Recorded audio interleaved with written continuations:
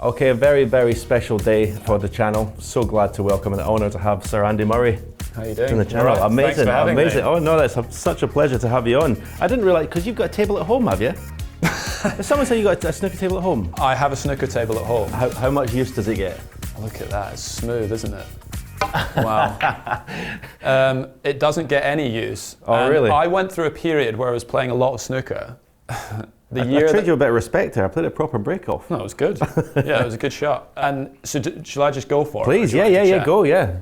Yeah, so I had a. I mean, I feel like I shouldn't be taking a pot on here, but I mean, here we go. At the end of the day, I don't think playing safe is going to do much good either. But yeah, just go for your shots. Oh dear. Yeah, so I played a lot in 2016. Right. And my wife, I finished #1 in the world that year, and I came home from the last match of the year. Why that year? Why were you playing a lot that year?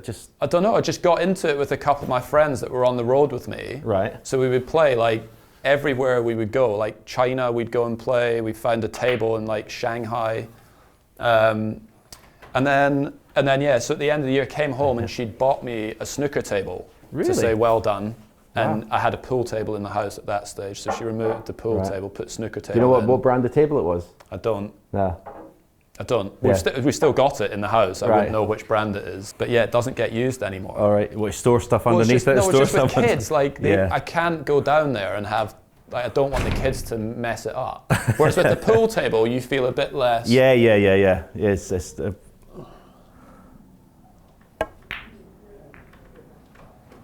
Oh. That's so interesting. You played in China. So like you went to a club in China. Yeah, I just go to a random club. I mean, it is so busy there. Yeah, it's so busy when we were playing. Yeah. Everyone's smoking in there. Oh no. Well, as you probably know, I spend a lot of time in China. I've been to about probably 80 cities in China. Okay. And you're right. When you go to the clubs, everyone's smoking. Yeah. It's not the best environment. Am I keeping the score up here, or will they? Nice shot. I'll get that for you. Thank you. So do you like China? I always liked playing the tournament in Shanghai. Yeah. I didn't like going to Beijing as much. It's completely different, isn't it? Totally different. Yeah. But yeah, Shanghai, I always really liked going there. And yeah, been to a few other cities as well. But yeah, Shanghai would be my favourite. And I liked the tournament there. It was good. I was going to ask you that I introduced you as Sir Andy Murray. Is that still like, you still sort of smile? Is that a strange thing, or you got used to it now? Or I mean, obviously, unbelievable honour, but is it like something that's? Well, I think when I'm out, like obviously, when I'm with friends and family, obviously, it's not something that gets used much. It's only if you're out, if you're out in public settings, from time to time. But I'm not out in like. I don't do loads anymore, I'm pretty much with my friends and family now, so it's not something that. Oh God, this is bad. This is bad news, isn't it? So did you have MBE before, or OBE or something? Did you get Did you get the OBE before? OBE, yeah. So you got the upgrade. I got the upgrade. I'm still MBE. I'm still waiting for an upgrade. I'm still in economy. I'm still waiting for an upgrade. I don't think it'll happen, but. Why not? Oh, I don't know. I think snooker's not a bit. I don't know. It's maybe not the same. I don't know whether it's snooker or. How many world championships for you? 7. Just 7. But I've been retired for since 2012. So I think probably that ship sailed. I think. Yeah. In terms of that, but. Maybe if you get a 147 here, they might reconsider. Maybe a 147 against a Knight of the Realm. They might see that as. Just a little message while you're enjoying Andy Murray. The new Q-Tips merchandise is now live on the store. It's called Après Bays. It's limited, as I say, for the winter season. Backpacks, t-shirts, caps, cups, everything. Check it out. What year did you start playing tennis, or age did you start playing tennis? Wow, that's very good. I started when I was about 4 probably. Really? Because obviously Scotland, it's not the most common sport to take up in Scotland, is it? Really, tennis? No, it came from my mum. So she was mum's a tennis coach, so. And I know she's a coach, but was she a good player as well? Yeah, she could play. Right. I mean, she played like nationally, okay, across the UK, but she wasn't an amazing player. Yeah, because none of my dad couldn't pot 2 balls in a row snooker, but his father, who died before I was born, was a really good player. Okay. So it kind of skipped a generation. Yeah. The sort of. When did you start? I got a small table, a toy table, 6x3, for a Christmas present. This table's very slow, by the way.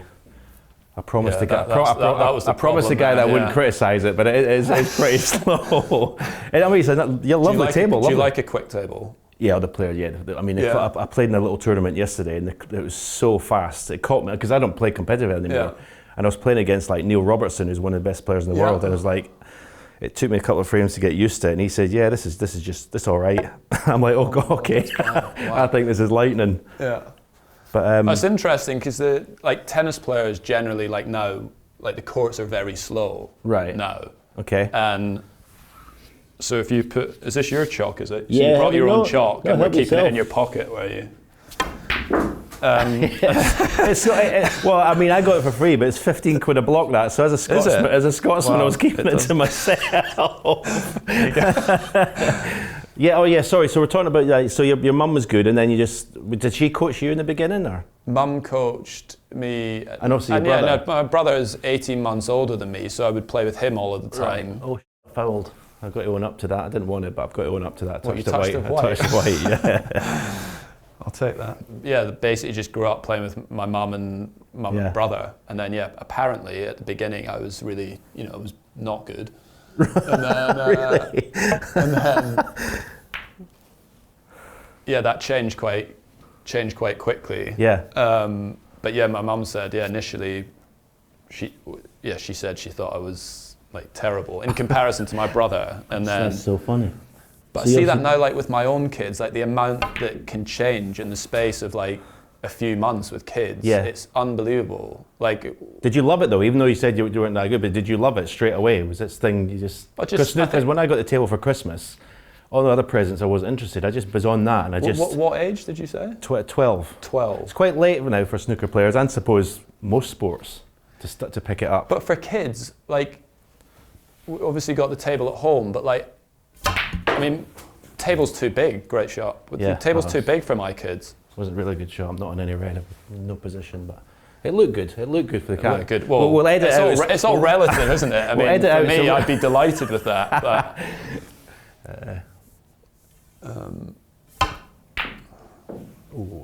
yeah, because I see now in China, kids playing snooker, they start about the same as 5, 6, 7. Do they have mini tables? How do they? Because a 5-year-old can't play on this, surely.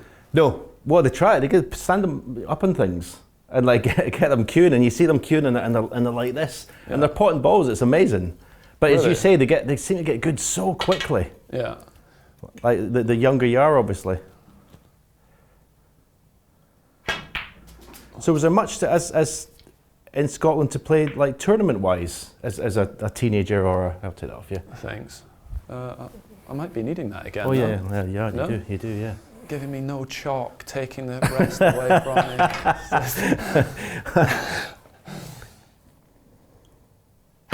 Oh, it's terrible. Well, so my mum was like a national coach, and that was one of the things that she was always really big on, was making sure there was a lot of competitions for the kids and making it more like team focused rather than just the individual side. But so we always had quite a lot of tournaments to play, I would say. Yeah. But I played all sports with my brother. We didn't just do tennis. We played table tennis, golf. My mum played badminton on a team, so we would go and watch her, and me and my brother would play some badminton. Dad was on the squash team at the local club, so we'd go, just tried everything basically as kids. Bit of gymnastics. So I just always loved sports and games.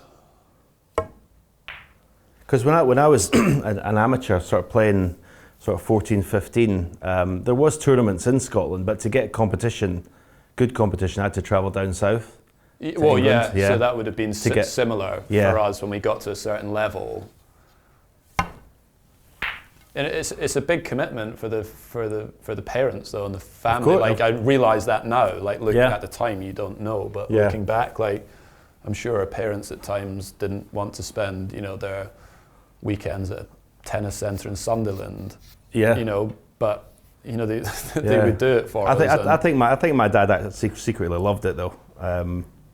He because obviously snooker was a completely different thing, so he could go to the club wherever was playing, and he could have a pint and watch his stuff and just sort of like. So I think he loved that aspect of it, and I don't know about what you were like with school. Did you stick on at school till late? Did you get qualifications and stuff? Because I had nothing, and I was, in a way, my parents, you wouldn't give the same advice again, but they never ever said to me, "Oh, stop playing snooker. You have to study," because they, from very early, especially my dad, but both my parents sort of believed I was going to be what I became. I didn't. That was just a hobby for me. But I don't know if it was the same for you, or you had to keep doing your studying. I moved over to Spain when I was 15 to train in Barcelona.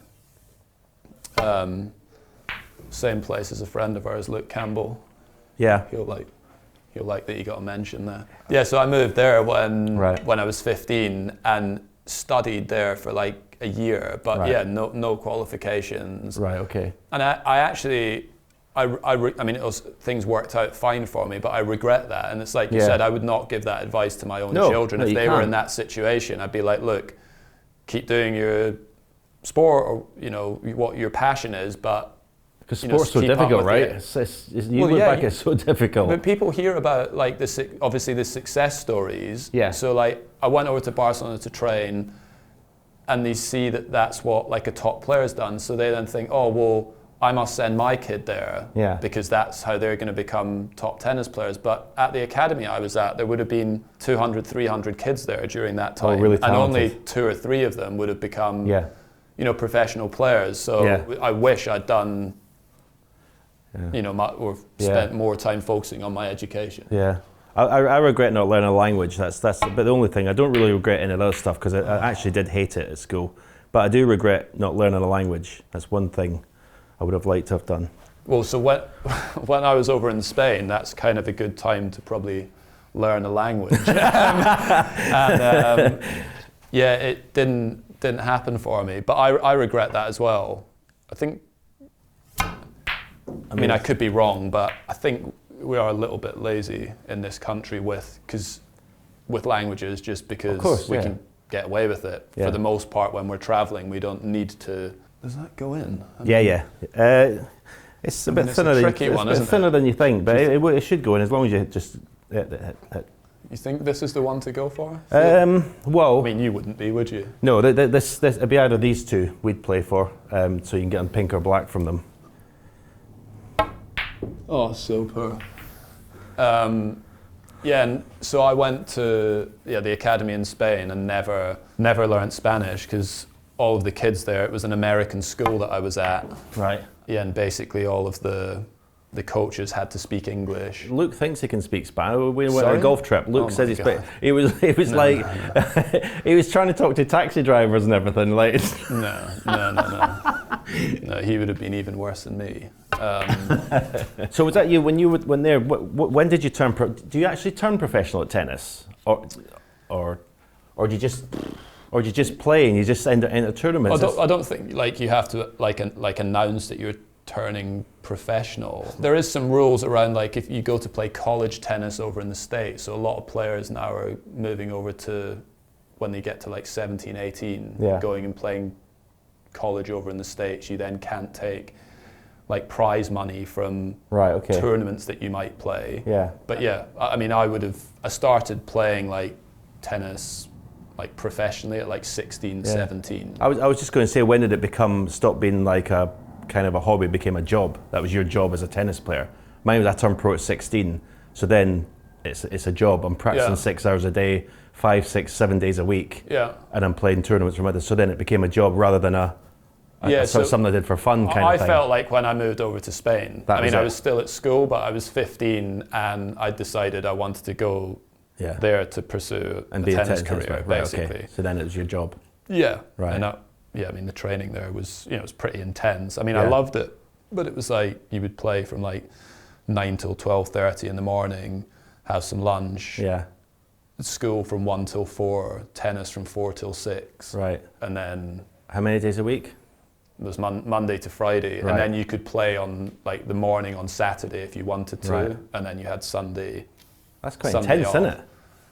Yeah, it is probably too intense, Yeah. and it was a huge change for me because in Scotland I would play as like a 13, 14-year-old like an hour and a half, like 3 or 4 days a week. Right. Yeah. You know, so then I was essentially playing like 5-6 hours a day, 5 days a week. So then, it really did become, it was a job.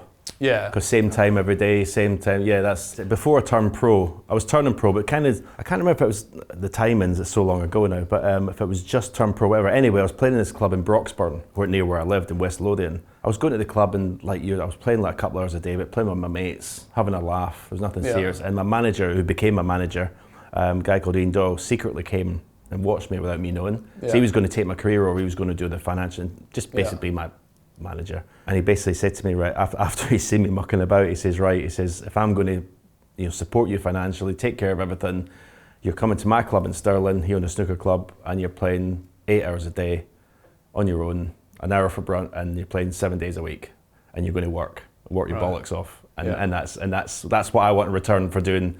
So I went, oh, fair enough. And then the first week or two, I hated it. Just hated it, because it was like, that, as I say, it went from being something you did for fun to a job.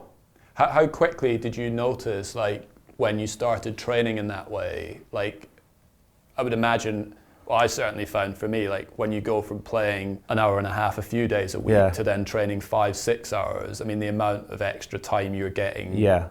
My game improved. I noticed after a couple of weeks, my game was like completely different. Yeah. Because I started, as I say, I hated it, but I started doing routines where I had to clear the table 10 times in a row and just trying to set myself things to make the time go quicker. Yeah. I thought if I can do these 10 times, that's probably 2 hours gone or 3 hours gone or something. But I noticed my cue ball control, everything was like improving so much. And then you start to think, well, this, and so without him getting me to do that, my dad always said, no, you don't need to practice. You're good enough and you're going to do that. And who knows whether that would be true or not. But I don't think so. I think without that push to do it properly. Yeah, I mean, I think that's one of the things that across all sports, and what I've noticed with like great sports people is that everyone has worked hard. Yeah. Like you cannot avoid that. If you want to become great at what you do, you have to work hard. There's different ways of going about that. Yeah.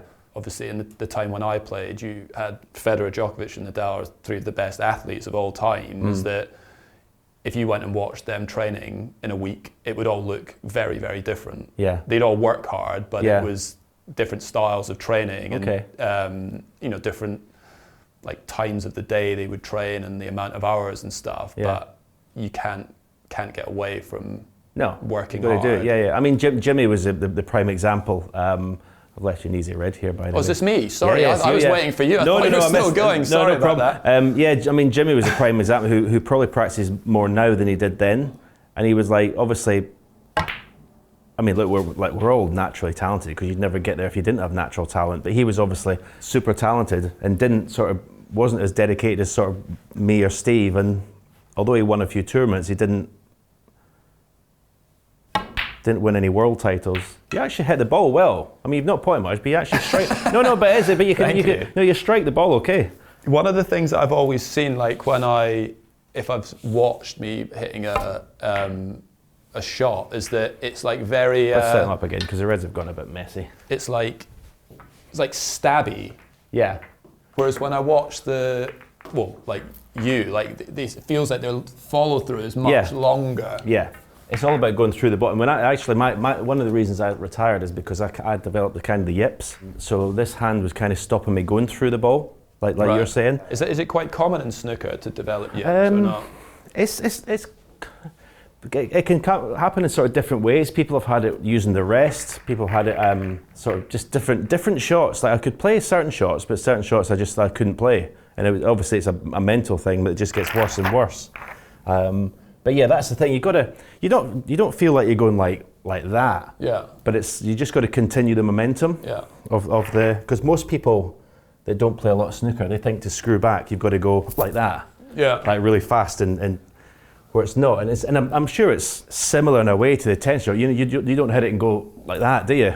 You go see, right. If you watch a slow-mo of a professional tennis player, when they hit the ball, it looks like they're literally like after the ball. They're, whereas amateurs, it's like, they like stop at impact. Frying pan, that's like me whenever I play tennis, it's like frying pan kind of thing. But also with, same thing with golf as well. Yeah. At like the extension, like after impact from golfers, it's like long follow through, whereas the amateurs don't. Right, let's see.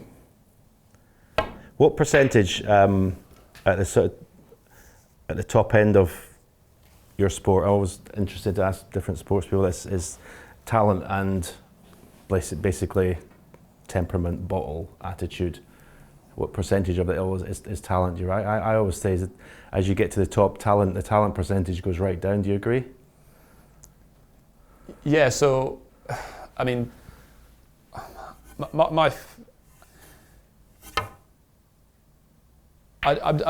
a massive believer in talent, that someone is just like that someone is born to play like snooker, for example. That I'm sure like genetics play a part, but like you wouldn't have got to where you got to without, of course, working hard or having your dad take you to the snooker club and getting you to play a little bit, and the manager not forcing you, but getting you to play, probably wouldn't have got to where you got to without that hard work. I'm convinced I wouldn't have got there. Yeah, and I feel the same about tennis. That like obviously the best players in the world have worked extremely hard to get there, and then at the very, very top, I think, the best players are the ones that are the strongest.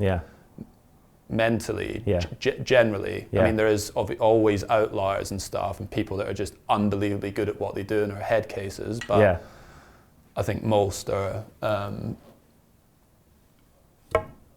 think most are. Are mentally pretty strong.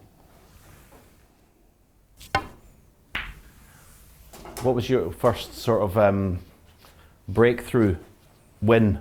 They gave you the thing, right? I'm here. I can do this. I can, Well, I actually probably got some of it in practice. Oh, really? Yeah, because when I was like sort of 15, 16 at the academy I was at, I got the opportunity to play with lots of, really good players in Spain, and top 10 players in the world, and actually was doing all right, against them in practice sessions, and then I was part of our. Would you play actual games? Because we practice with the pros, maybe do a little bit of solo, then have maybe a best of 9 for a 10 or 20 quid as appropriate, so that you would do the same thing, actual games with other players. With the best players in the world, and it was always quite amusing because, my, that's gone in. Oh, no, it's not. Like my friends from the academy, like a bunch of 14, 15-year-olds are like hanging over the tennis court watching me play against the best players in the world, just behaving so obnoxiously. But that was, and then when I was part of like our Davis Cup team as like a hitting partner and playing with like Tim Henman and Greg Rosetsky, feeling like I could compete with them at that age, like that gave me a bit of confidence. Okay. And then I won the US Open Junior tournament when I was 17. Right. And that for me was like quite a big moment. What was the reaction in Scotland from that? Did you get a lot? Yeah, well, like when I came home, like off the plane, there was like photographers meeting me off the plane and TV cameras and stuff. So I think just because it's so rare that. Yeah. Well, in the beginning for me as well, though, Scotland had never had a snooker player we had loads of pros. I'm feeling kind to you. Feeling kind. So bad. That we'd never done anything sort of, not internationally, but against the sort of players, the top players from England and stuff. And I was the first, and it was this similar sort of situation. When you won, obviously, the huge events you've won, did you win? Because people used to I used to get the interview all the time in Scottish paper. Oh, did you win it for Scotland? I went, no, I won it for me. I said, I'm happy, I'm proud to be Scottish and everything, but I won it for me. And then obviously my partner, did you win things for Scotland or? To be honest, it wasn't never something that like before a big match or during a big match. I never felt that way when I was playing. Or no, I didn't. Yeah, because it's both individual sports, obviously. So yeah, but then like when I would go home, like I felt unbelievably proud that like Scotland was proud of what I'd achieved and stuff, but it wasn't something that necessarily like motivated me to train hard or win matches. I don't think. I didn't think about that when I was playing. But because I see that as similar, because people a lot in snooker have asked me a lot about Ding Junhui, who's like one of the best snooker players, one of the best ever, but he's from China, and he never won a world title. And I always kind of thought that he had this huge expectation from China as a country to be world champion, and I got the feeling that he had that pressure, whereas for me I never got it, and I would love to have said to him, look, you win for you first, and obviously you're being amazing for your country, but it's first and foremost, you can't be thinking of these things. Yeah, I mean, I guess if I was talking like about like Wimbledon, I probably felt that a little bit. Right, okay. Or just I didn't feel like I was necessarily just like doing it for the like British tennis fans or British public, but I probably felt that pressure to perform because there's so much of it at that time of year, basically. I mean, it's incredible. I mean, the whole country stops for Wimbledon, isn't it? And then for a British player to... No. Because I used to think, sort of, not feel sorry, because I'm a wee bit jealous he was so popular, but Jimmy had all the support when we used to play in the world title finals. Yeah. And people would actually boo me. Yeah. I mean, you got the audience, and like 99% of the crowd want him to win. And I always just think that expectation that he had on his head to win, the whole crowd like cheering. I mean, Wimbledon, that must be like 100 times like Wimbledon. It was tough. It was tough, particularly like towards the end of the towards the end of the tournaments. It was because you obviously try to block it out as much as you can, but it's it's not easy when there's. Did you ever go down sports psychology route to cope with that? Yeah, it wasn't so much to deal with like the pressure of playing at Wimbledon. It was just more like just to help my tennis generally. I didn't do it specifically for dealing with pressure at Wimbledon, but it was coming up with like routines or like coping mechanisms for to deal with. Is that quite common in tennis? I think a lot of players now would use sports psychologists now. Same in golf and everything. A lot of sports seem to. Yeah, a lot of the golf players that I've spoken to or played golf with have always asked me that question. I think there's quite a lot that are reluctant to do it, but are sort of intrigued by it, because I think a lot of the top ones do use sports psychology. I was at the end of my career. I probably did it at the wrong time, really. But at the end of my career, it wasn't a real. It was someone, a guy who was sort of into that stuff, and he said, "Oh, I can help you and do stuff." And obviously, I'd never done it, and maybe the fact that my game technically was dropping as well meant I wasn't in the right space. But I found it very difficult to sort of recreate that winning mentality, sort of not authentically, if you know what I mean. Because I always came naturally. I just go to the table and win. To now having to sort of make that up, I found that difficult. So when you say make it up, that was, you were like visualizing. Yeah. Well, I mean, he used to, for example, visualize. This shows you what bad space I was in. He said, watch some of your old victories and keep watching it, and that'll put it in there and visualize it. And I said to him, all that does is make me look how I am now. I said, I don't think that's what you're after. So it was like, it didn't really work.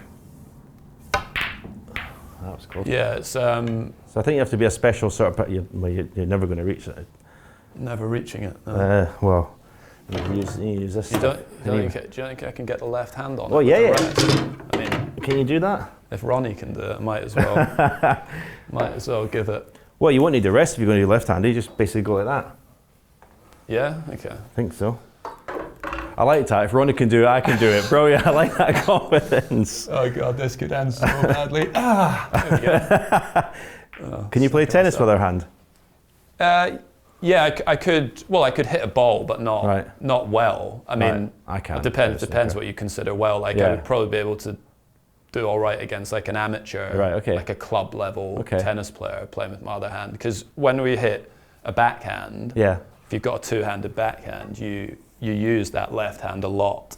Right. So if the ball comes to this side and I take one hand off, Right, okay. You know, a lot of the guys with two-handed backhands, like Djokovic, when I was helping him, like he would, at the start of all of his sessions, would start just using his left hand when he's warming up. Okay. So, yeah, we can hit the ball, not very well, but... Did you have... Great shot. That's a good Great shot. There's the highlight. Yeah. Did you have friends when you were at the top of the game? Friends in the game? I didn't. I felt it was important not at the top of the game. Yeah. Because you're competing again. Is that deliberate or just the way everyone was? Because obviously you don't live near each other, so you'd only see people at tournaments. Is that right? Or yeah. So I pretty much. But I would practice with them. Like I would practice with Djokovic and Nadal. Right. I used to when I first started on the tour, I practiced with Federer. Okay. But then he, after like a year or two, stopped. He wouldn't practice with me anymore, really? and he never practiced with Djokovic or Nadal. Like that's interesting. I think if he considered them to be like a competitor to him. That's how I sort of felt. I wouldn't practice with any, and Steve was the same. Ronnie's the same. Really? Yeah. We. I mean, even now in snooker, so I would like never socialise with any of the players. This is when I was at the top, and the same as Ronnie. Ronnie doesn't stay in the same hotel as any of the other players. Judd doesn't really socialise with other players, one or two, but doesn't generally. Yeah. And I think in an individual sport, I think it's quite important. Yeah, I mean, I liked practicing with them just because it gave me a chance to see like where my game was at. Like I wouldn't practice with them like a couple of days before a big match, but like a couple of weeks out from a major tournament, then I would practice with those guys. Yeah. But I was never going for dinner with them and stuff. Whereas now I would love to do that. Yeah, of course, and, you know, seen them a few times like socially and stuff. And and you get on great when with I was them. playing, I don't. Yeah, that's exactly the same. You can't really be totally open with. And I think when generally if I'm socializing with friends and family, like you want to feel like you can tell them like if you're fucking struggling with something. Yeah. But when you're competing against them, you don't want to say, "Oh, I'm trying with my backhand." It's like exactly, you wouldn't do it. Next game, they just put it there all the time. Yeah. Did you feel? Did you feel you had any weaknesses or in your game that you regret or you wish you'd have been better at, or you pretty much everything was? I struggled a lot with my second serve in my career. Well, not in that like I would serve lots of double faults. It was just the weak part of my game. Okay. So that's something that, and it was a technical fault, which I never really until towards the end of my career spent much time, thinking about technique. Right. I just played I wasn't focused on my technique really. But then at the end of my career, started to think about it a little bit more. And if I could go back and do it again, I would have spent a little bit more time working on that was a technical flaw that I could have done something about. Would that be quite an important thing then, a second serve? And forgive the question. The questions are. You obviously you had so much to say. It couldn't have been that important, but. Well, yeah. I mean, yes, it's important. What actually matters is not the second serve. It's the amount of points that you win behind the second serve. Okay. You know, so I actually, in that respect, actually did quite well. Right. I would have been in the sort of top 20, 30 of all time of points won behind my second serve. Right. But in comparison to the guys I was competing with, that was poor. Right, okay. Interesting. Yeah, I mean, at the end of my career, I was losing more points because I couldn't move. But that was something I wish I could have done a bit better. So in terms of serving, something I always when I watch tennis, and again, this is probably the stupidest question I've ever heard, but the amount of bounces, is that deliberate, or is it just when you feel like you're ready to hit? Some people essentially it's a little bit like the yip. I was going to say that. I imagine that could get to the stage where almost like yippy, where you think, oh my god, I need another bounce, or. Yeah. So it's happened with a few players recently where it's become a little bit of like a yip. It doesn't seem to affect the actual serve. Yeah. But they just can't release the ball. Right, okay. So actually once they get the ball up, the motion is still fine, but it's the going from doing this to actually picking it up and deciding to throw it. Okay. Again, it's a bit like Sergio Garcia with the golf, like re-gripping. Yes. The thing. Yeah. You know, so maybe didn't change his swing, but he just couldn't get too longer to get there. Yeah. Because my mum is an absolutely huge, obsessive tennis fan. She plays a lot, and she used to get annoyed by Djokovic. She used to say, "Oh, he bounces the ball." Can I reach this? Yeah. And she even used to call Roger Federer Roger when I spoke to her. She was on first name terms with Roger Federer. Oh, really? And so did you have a coach? I can't believe I'm playing safe against you. This is ridiculous. I had coaches. Not in the very beginning. I didn't have. I sort of learned everything from watching. Let's put the reds in. I learned everything by watching sort of TV and copying the shots, kind of copying the cue actions. First coach I had would be about. Oh, what a shot! That was a good hit. That was the long stun red for the black. That's like a signature get in. Yeah, so I had 3 or 4 different coaches, and I tend to think that you so can't. Disappointing. If I was in commentary, I'd say that's unforgivable. A black off a spot, unforgivable. Yeah, I had 4 or 5, and I actually wish that I'd. Look, the very first coach was an old guy who sort of put the pause at the back of my cue action, which did help, especially my long putting. After that, I think coaches kind of like you start tinkering. I had more coaches at the back end of my career than I did at the beginning. Yeah, kind of thing. So yeah, I mean, Ronnie does a lot of tinkering with coaching. Well, he has done. He's not so much anymore. I think he's basically just playing now. But and what when you're having lessons, like what are you working on? So times it would be when I started to develop the sort of yip thing. I had a very long backswing, which if it's too long, some shots should decelerate. Yeah. So that causes just a bad strike. So then I went to Terry Griffiths. He started coaching me, and he made me much shorter. So basically, I put my hand in instead of being here. Obviously, my hand would go there, and instead of bringing the cue back here, I'd be like there, and then really fast through it.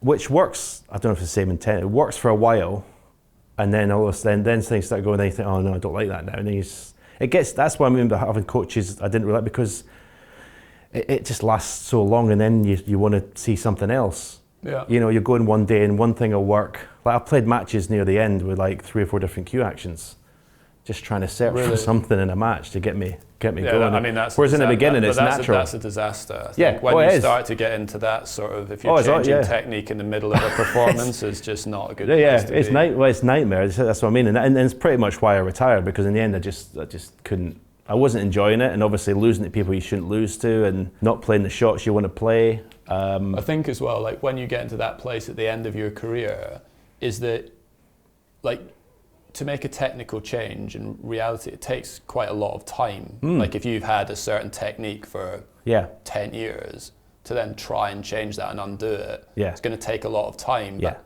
it's the beginning of the end. When you have to go out and perform and win, and you start with a new technique, aren't playing well in a match, it's so hard to stick by it and be like, no, I'm doing the right thing for the long term, when actually you've only got a short amount of time left. Yeah. It's the beginning of the end. Absolutely. Yeah. It's like literally every day in practice, you think, I'll try that again. Yeah. And it's just absolutely your head. Because one day it can be good in practice, but the problem is that as soon as you go out to compete and it's not good.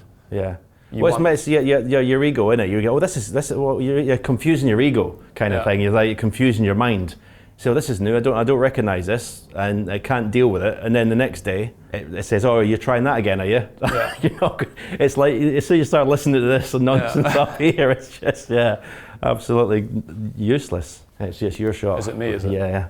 But yeah, it's and snooker is such a psychological game. That's so poor, isn't it? Really, that must be the slow table. Yeah, please. Oh, your memory here. You can't criticize your own table. What when you look back in your career, what would be the biggest? Would it be the gold medal or the Wimbledon or the US Open? What would be the biggest? Gold medal at London for me. Really? Yeah. That was incredible, wasn't it? I mean, that was. The expectation and the pressure to do that must have been huge. Yeah, I mean, less so than Wimbledon, but it's just, like in my career, I don't know, let's say I played 15, 16 Wimbledons. Yeah. Like the Olympics, you get very few chances at, and you're never going to get another chance at like a home Olympics either. Yeah. And it was just a totally different atmosphere in the whole city, really. Like everyone was so like loving sport. At Wimbledon, there was, you know, flags everywhere, and it was a totally different crowd than usual at Wimbledon, because obviously the tickets were there for like general public. It wasn't like there was no corporate seating really, or there was, but not as much. And because it was so loud. People have asked me if there was Olympics in snooker, but I don't know whether I'd appreciate winning the Olympics more than a World Championship, the Crucible. I don't know. I've never done it, so I don't.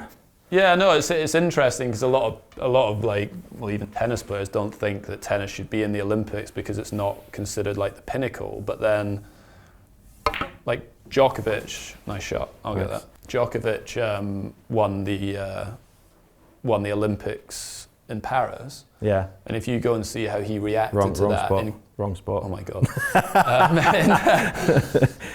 Yeah, how he reacted to winning that in comparison to any of his Grand Slams. He was,